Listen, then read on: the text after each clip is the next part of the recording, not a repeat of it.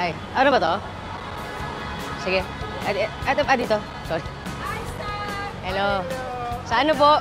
Sa 99 Imperial.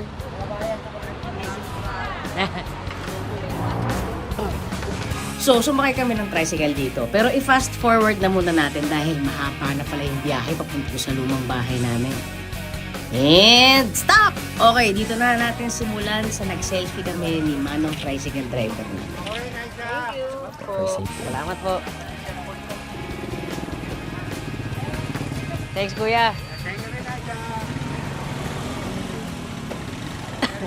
Merry Christmas.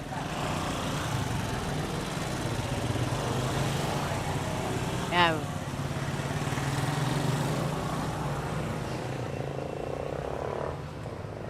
So, ito yung bahay namin dati. Black yung gate niyan eh.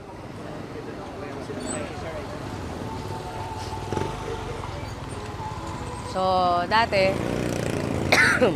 meron pang malaking parang bamboo dyan sa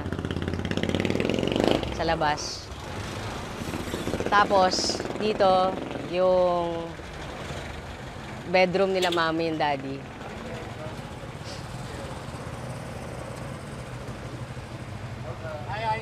Hello po. Kamusta po kayo? So, ito yung bedroom nila mami tsaka ni daddy. Tapos, ito para siyang para siyang den dyan. Yung kwarto ko nasa bandang likod. Ito dati, kapitbahay namin dati, mga pinsan ko yung nakatira dyan. Tapos, dito, yung sinasabi kong bahay. So, mula doon sa taas na yon, klarong-klaro yung vista ko nung may binaril dito. Hindi nyo na makikita eh. Pero doon sa bubong niyan, dyan binababa yung patay. Oy! Doon binababa yung patay. So pag lumakad ka papunta ron, Nepa Q-Mart na yon. Ermin Garcia yan. Tapos dati nagkaroon ng malaking sunog dyan.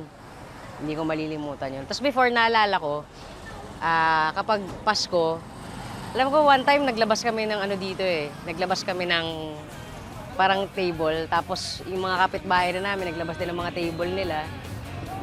Tapos ayun, magkakasama kami dito, nagkakainan. Tapos dito rin kami nagpapaputok. Medyo ibang-iba na siya.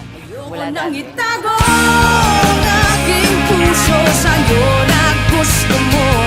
Ayoko nang magtago dyan sa